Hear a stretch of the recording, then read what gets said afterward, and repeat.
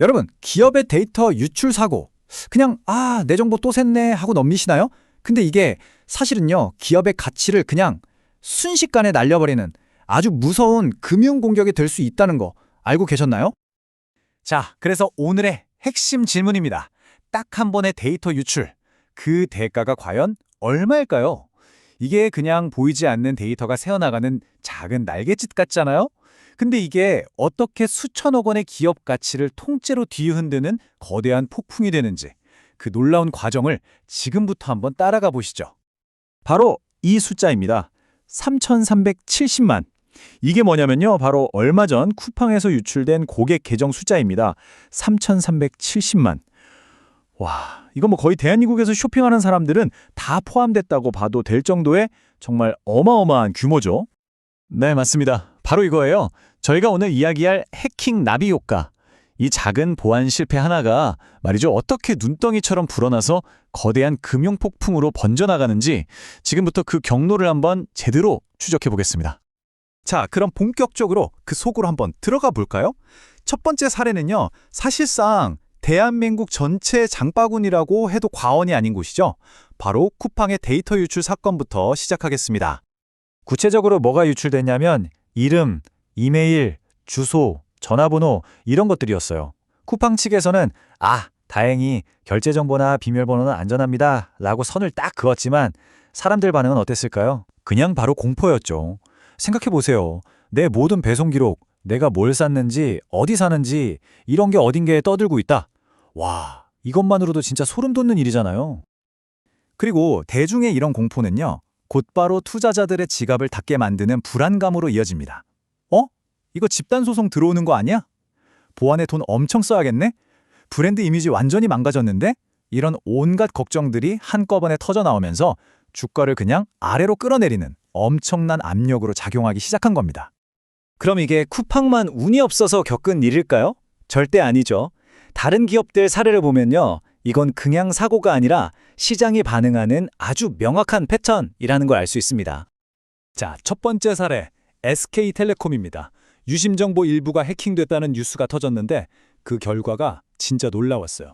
이 사건 이후에 딱 한 달 만에 나 이 통신사 못 쓰겠다 하고 떠난 고객이 무려 87%나 폭증한 겁니다. 87%요?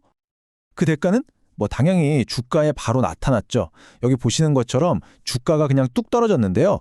수치로 따지면 약 8.5%가 하락했습니다. 이걸 돈으로 환산하면 얼마냐? 무려 8,700억 원이 그냥 공중으로 사라진 겁니다. 고객의 신뢰가 정말로 돈이라는 걸 아주 뼈아프게 보여준 사례죠. 자, 이번엔 GS 리테일 이야기입니다. 처음에 뉴스가 딱 떴어요. 웹사이트 해킹으로 고객 9만 명 정보 유출. 시장은요, 아주 즉각적으로 반응했죠. 첫 보도가 나고 나서 8거래일 동안 주가가 계속 떨어졌어요. 그래서 약 8%가 빠졌습니다. 시장의 반응 정말 빠르고 냉정하죠? 그런데 이게 끝이 아니었습니다. 여기서 진짜 반전이 일어나요. 알고 보니까 자회사에서 158만 건, 비교도 안 될 만큼 훨씬 더 큰 규모의 추가 유출이 있었다는 사실이 뒤늦게 밝혀진 겁니다. 바로 이겁니다. 이중 타격. 이게 진짜 핵심이에요.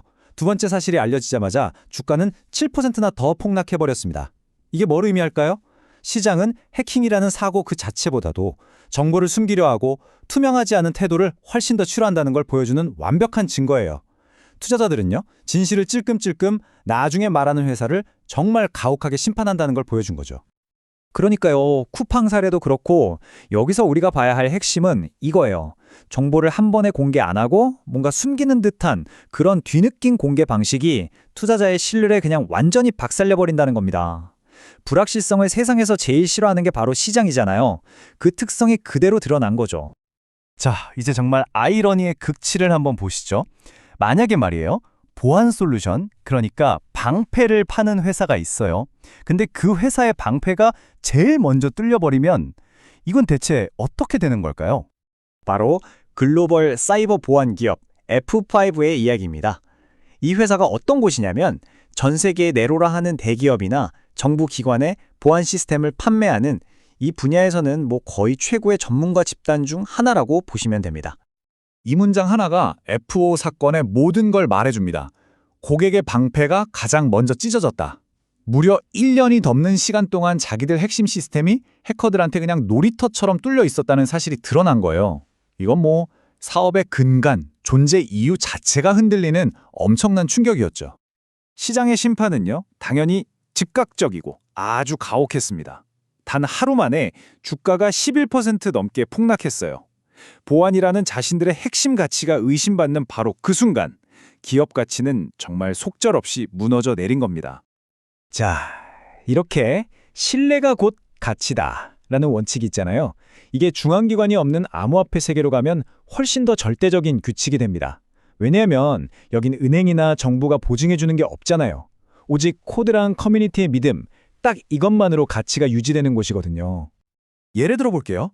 세계 최대 거래소 중 하나인 코인베이스에서 해킹이 터져서 수천억 원의 손실 가능성이 딱 제기됐을 때 사람들은 아니 가장 안전하다던 여기도 못 믿으면 어떡해? 라는 공포에 휩싸였어요.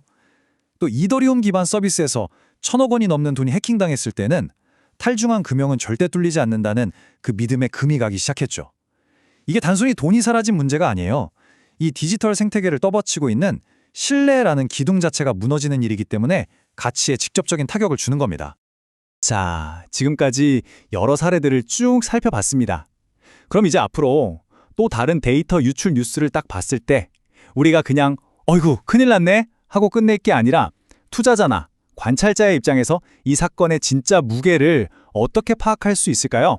제가 여러분을 위해 아주 간단한 체크리스트를 하나 준비했습니다. 앞으로 데이터 유출 뉴스를 보시면 딱 이 4가지만 기억하세요. 첫째, 그래서 뭐가 털렸는데 그냥 연락처인지 아니면 내 돈과 직결된 금융정보인지. 당연히 후자가 훨씬 심각하겠죠.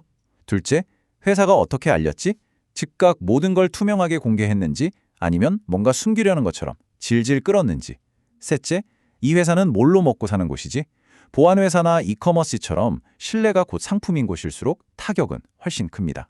마지막으로 법적인 리스크는 얼마나 될까? 앞으로 과징금은 얼마나 맞을지, 집단소송은 들어올지 이런 것들을 따져봐야 합니다. 이 4가지 렌즈를 딱 끼고 뉴스를 보면요.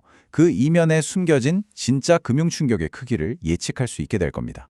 자, 그렇다면 이 질문에 여러분은 어떻게 답하시겠습니까?